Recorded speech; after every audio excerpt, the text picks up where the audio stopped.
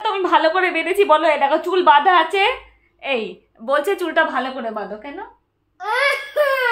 কি অসুবিধাটা কি বলো? না কেঁদে পচা লাগছে। মোহর হচ্ছে চুল খোলাটা মানে একদম সহ্য করতে পারে না, যার জন্য একটা ক্লিপ নিয়ে চলে এসছে, বলছে চুলটা ভালো করে বাঁধো। ঝুটকি করে করে বাঁধবো, দাঁড়াও দাঁড়াও ওদিক, ও দাঁড়াও, এই একটা আমি ঝুটকি বানিয়ে নিলাম, ঠিক আছে? এবার ঠিক আছে, এটা হেসে দাও।